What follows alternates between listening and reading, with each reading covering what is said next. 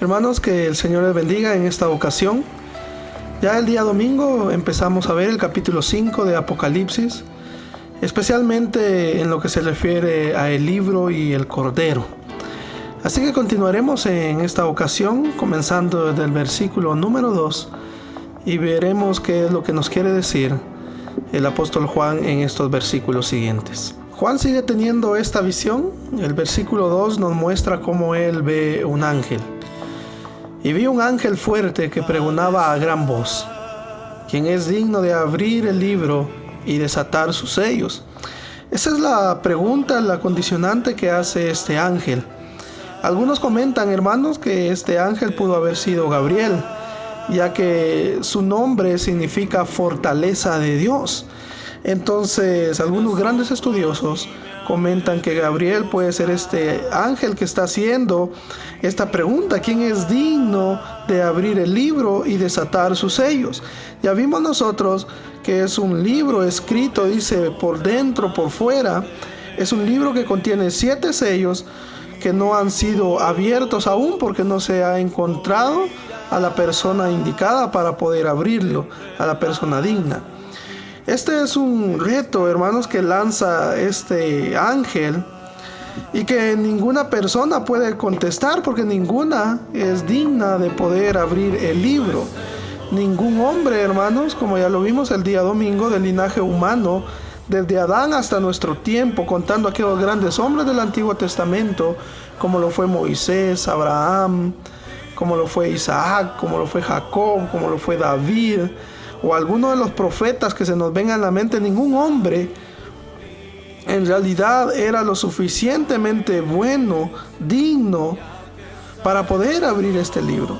Y en el Nuevo Testamento de igual manera encontramos grandes hombres, pero tampoco estos hombres eran dignos de abrir este libro. Nosotros podemos admirar al apóstol Pablo, podemos admirar a Juan, a Pedro, a algunos otros discípulos que se nos mencionan allá en las cartas y en los libros, pero al final vemos nosotros que seguían siendo humanos que fallaban, que habían sido desobedientes en su carácter espiritual y moral, y que no era suficiente su buen comportamiento para considerarlos dignos. Y solo uno, hermanos, solo el Cordero de Dios es digno, porque Él tiene la naturaleza divina del Dios eterno. Eso es lo que estamos viendo nosotros, como el ángel hace ese llamado y hace esta pregunta, y al final nadie puede levantarse y responder a la pregunta de este ángel. El versículo 3 dice: y ninguno, ni en el cielo, dice, ni en la tierra ni debajo de la tierra podía abrir el libro, ni aún, dice, mirarlo. Juan, hermano, no lo pudo decir de mejor manera, ya que este ángel está lanzando esta pregunta, esperando encontrar a alguien. Pero aquí se nos muestra ya en el versículo 3 que no había ninguno. Aún inclusive dice de mirar el libro, mucho menos de abrirlo. Pero menciona 3 aspectos: menciona el cielo, menciona la tierra y menciona también debajo de la tierra. Esto lo que quiere decir es que todo lo creado, todo lo que hay en el mundo no es digno ni siquiera de mirar el libro. Todo lo que hay en el universo no es digno ni siquiera de mirar el libro. ¿Por qué? Porque el único digno se nos va a presentar ya en los versículos siguientes. Y el único digno será, como lo miraremos nosotros, ese Cordero de Dios que fue inmolado, como ya lo presenta Juan acá en el capítulo número 5. Entonces, hermanos, no hay respuesta al llamado del ángel. Nadie ha podido ni podrá a través de la historia abrir ese libro. Solo está preparado para esta persona que nosotros miraremos al final quién es.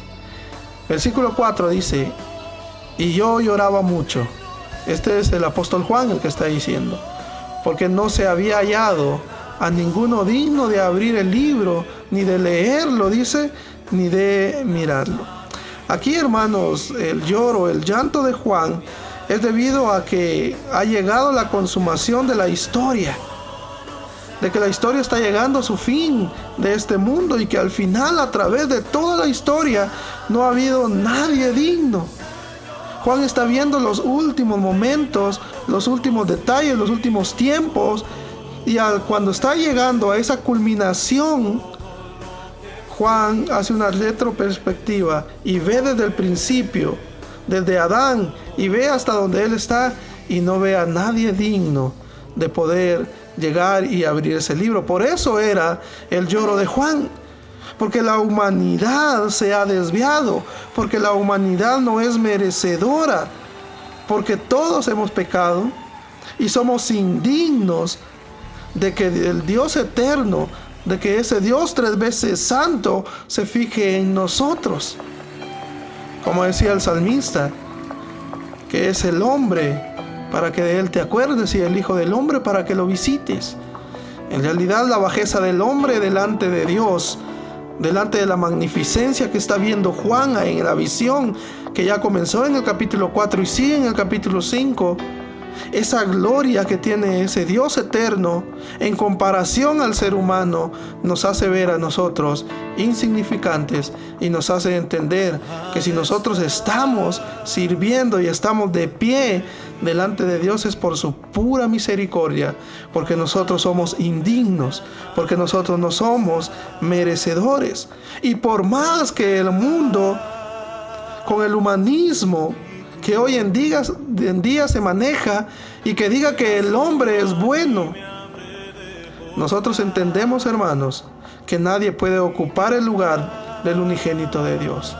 Hoy, hermanos, este falso humanismo que maneja nuestra sociedad intenta hacer ver al hombre como todopoderoso.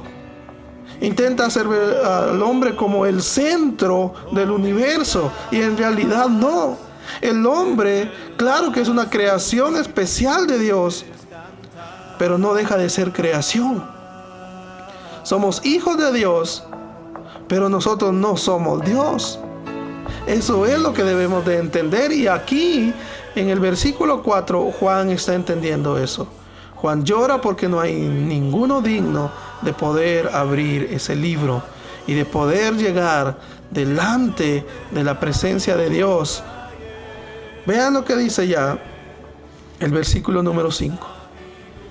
Y uno de los ancianos me dijo: no llores, he aquí el león de la tribu de Judá, la raíz de David, ha vencido para abrir el libro y desatar sus 7 sellos. El león de la tribu de Judá, dice. Se le acerca un anciano aquí a Juan, que estaba llorando. Y cuando se le acerca, este anciano le menciona a Juan que hay alguien que sí puede abrir este libro. ¿Y quién era? Aquí lo presenta el anciano como el león de la tribu de Judá. Recordémonos que allá en el capítulo 49, de su versículo 9 al 10, cuando Jacob está muriendo, empieza a hablar a sus hijos. Y precisamente le habla a Judá, y a Judá se le da ese nombre, el león de Judá. Y le dice que su reino, su poderío, estará presente, dice, hasta Silo. Y esta palabra Silo en hebreo significa, o era un código que se utilizaba para referirse a aquel que había de venir, el Mesías. Es interesante entonces que el león de la tribu de Judá se está refiriendo aquí al Mesías, a ese Mesías príncipe que menciona Daniel, y que entendemos nosotros ya bajo la luz del Nuevo Testamento que ese Mesías es nuestro Señor Jesucristo. Por lo tanto, cuando habla aquí el león de la tribu de Judá, se está refiriendo a nuestro Señor Jesucristo, que es del linaje y de la descendencia de Judá. Pero también menciona la raíz de David. Y cuando nosotros vemos eso, vemos que la raíz de David se está refiriendo a que el Mesías vendría de la descendencia de David. Recuérdense que viene toda una línea de descendencia en la cual nosotros podemos ver la cronología a través de los descendientes de nuestro Señor Jesucristo. Y vemos nosotros entonces como Isaí, como David, son parte de esa descendencia de Jesús. Por eso dice aquí la raíz de David, haciendo referencia a que el Mesías vendría de la casa, de la familia de David.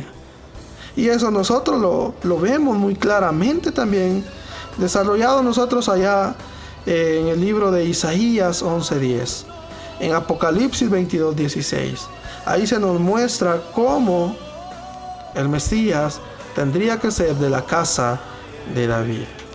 Y como vemos nosotros allá que José era descendiente de David, por eso él tiene que ir a Belén a empadronarse allá, y David era de Belén también. Entonces todo esto nos muestra que aquí el anciano le está diciendo a Juan, el único digno, el león de la tribu de Judá, el Mesías esperado, el que viene según la descendencia de David, es el único digno. Y cuando nosotros revisamos entonces el contexto bíblico, entendemos que Jesús es el león y que Jesús viene de la raíz de David. Es por eso que nosotros podemos ver aquí la imagen de Jesús representada en estas dos figuras. El león, hermanos, es una imagen que nos presenta acá y nos da a entender la excelencia de la fuerza. Cuando se menciona que aquí Jesús es el león de la tribu de Judá, es la excelencia de su fuerza, de su poder, de su grandeza, de su espíritu heroico. Él es el león de la tribu de Judá, de su principado. Así como el león gobierna, así nuestro Señor Jesucristo también. El león es el rey de las bestias. Nuestro Señor Jesucristo es el rey del universo, del mundo entero. Y es necesario que nosotros entonces, cuando vemos esto acá, veamos entonces reflejado la grandeza de nuestro Señor Jesucristo. ¿Por qué? Porque el anciano le dice a Juan que no llore. Porque cuando no había esperanza, porque cuando la humanidad no era digna, el único digno vino a salvarnos y a redimirnos. Y es el león de la tribu de Judá y es la raíz de David, que ha vencido, dice, para abrir el libro y desatar sus 7 sellos. Él ha vencido y venció allá en la cruz del Calvario. Y es el único digno de poder abrir estos sellos. ¿Qué contienen estos sellos? ¿Y cuál es la visión que va a seguir teniendo el apóstol Juan? Lo seguiremos viendo en la próxima ocasión. Y a Juan entonces le dice que ha visto a el león de la tribu de Judá. Pero ya en el versículo 6 ya hay otra imagen de Jesús que es necesario que nosotros lo entendamos. Que el Señor les bendiga, hermanos. Continuaremos en la próxima ocasión con el estudio del capítulo 5 de Apocalipsis.